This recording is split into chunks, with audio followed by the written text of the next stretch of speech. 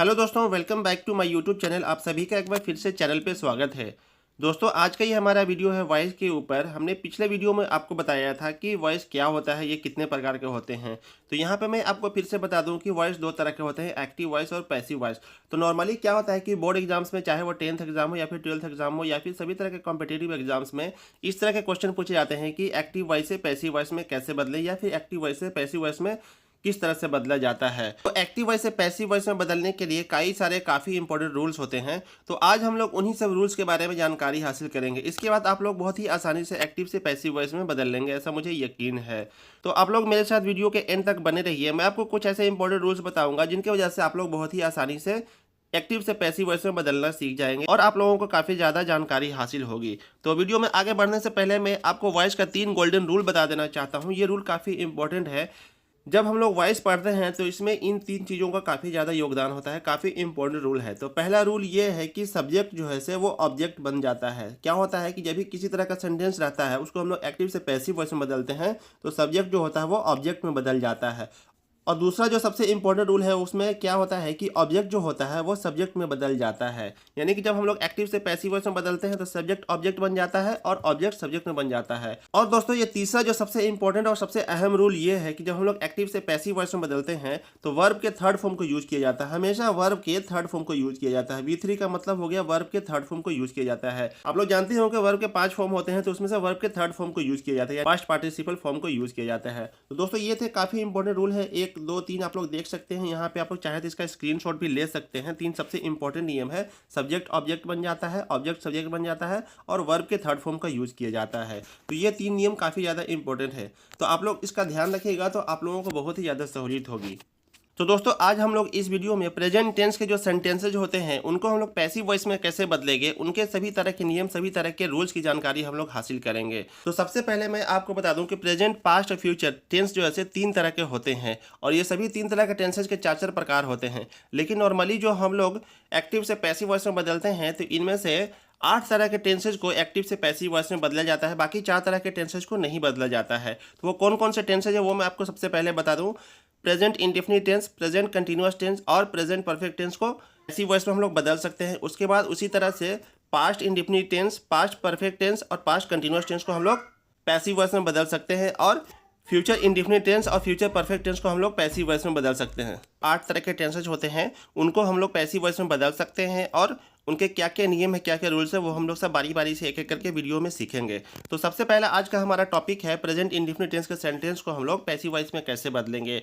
तो इसका जो पैसिव वॉइस में जो बदलने का स्ट्रक्चर होता है, जो पैटर्न होता है, वो कुछ इस तरह से होता है। सबसे पहले सब्जेक्ट को लिखा जाता है, उसके बाद हेल्पिंग वर्ब के रूप में इज, एम, आर का यूज किया जाता है। उसके बाद वर्ब के थर्ड फॉर्म को लिखेंगे और हम लोग यहाँ पे एक कनेक्टर के रूप में बाई का यूज़ करेंगे और उसके बाद हम लोग ऑब्जेक्ट को लिखेंगे। तो इसके बाद हम लोग एग्जांपल देखेंगे तो उससे आपको इसका पैटर्न, इसका जो स्ट्रक्चर है पूरी तरह से समझ में आ जाएगा।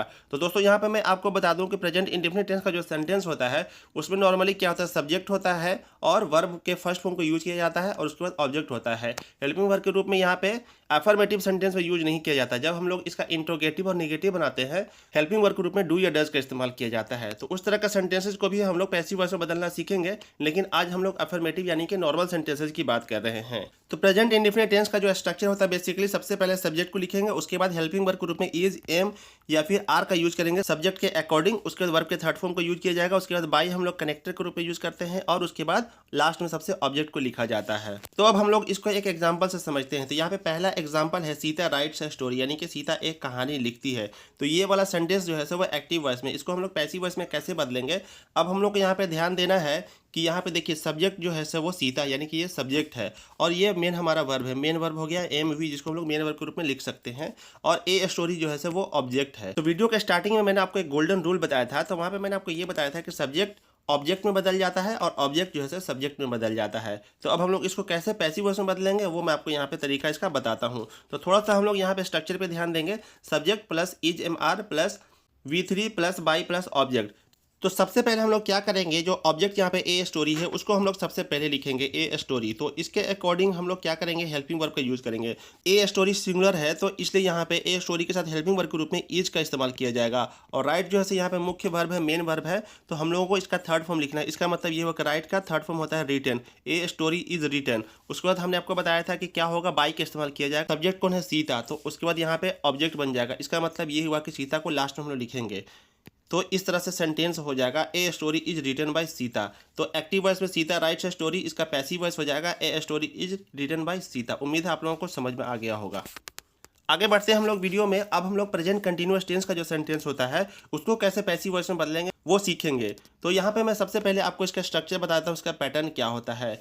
तो नॉर्मली क्या होता है, प्रेजेंट कंटिन्यूअस टेंस का सेंटेंस क्या होता है कि subject plus is am are plus verb में आईएनजी लगा के यूज किया जाता है और उसके बाद ऑब्जेक्ट को लिखा जाता है।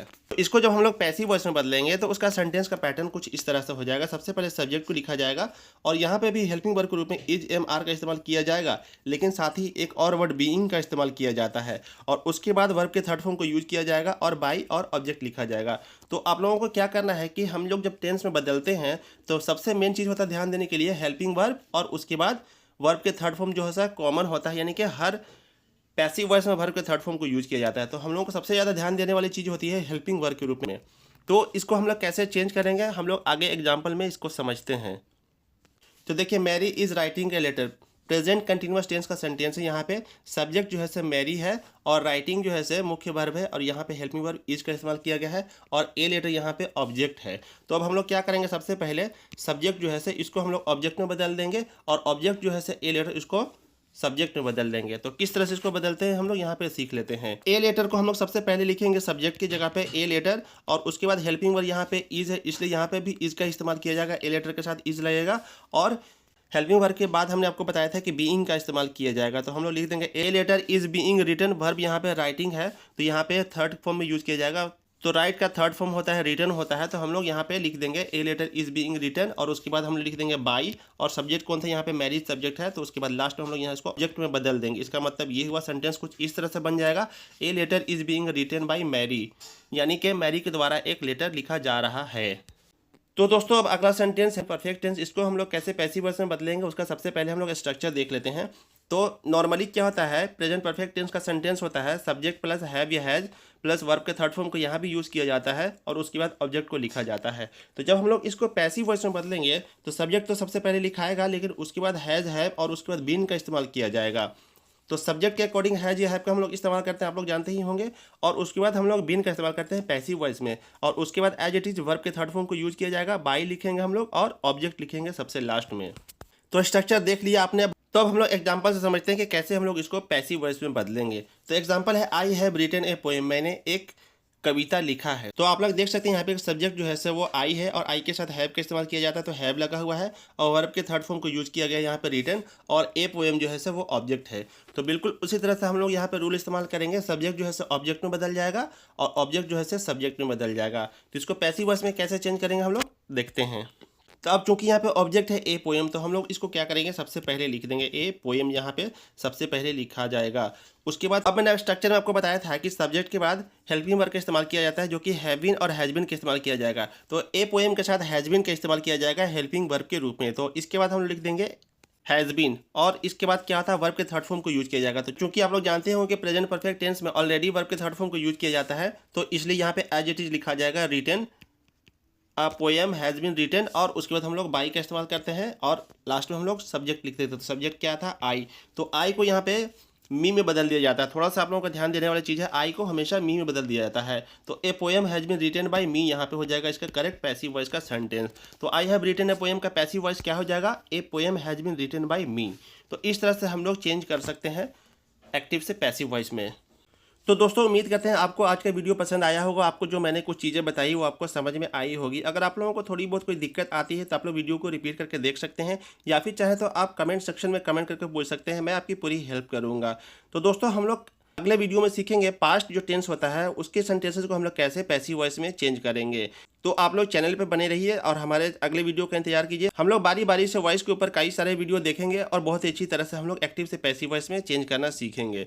तो दोस्तों आप लोगों को वीडियो कैसा लगा आप लोग बताइएगा जरूर। आपका फीडबैक हमारे लिए काफी इंपॉर्टेंट होता है। वीडियो को लाइक कीजिए और एक प्यारा सा कमेंट कीजिए, और अगर आप चैनल पर नए हैं तो चैनल को सब्सक्राइब कीजिए, इससे हमें काफी मोटिवेशन मिलता है। दोस्तों यहाँ तक वीडियो देखने के लिए आपका बहुत बहुत धन्यवाद। हम आपसे मिलेंगे अगले वीडियो में, तब तक के लिए थैंक यू सो मच। जय हिंद।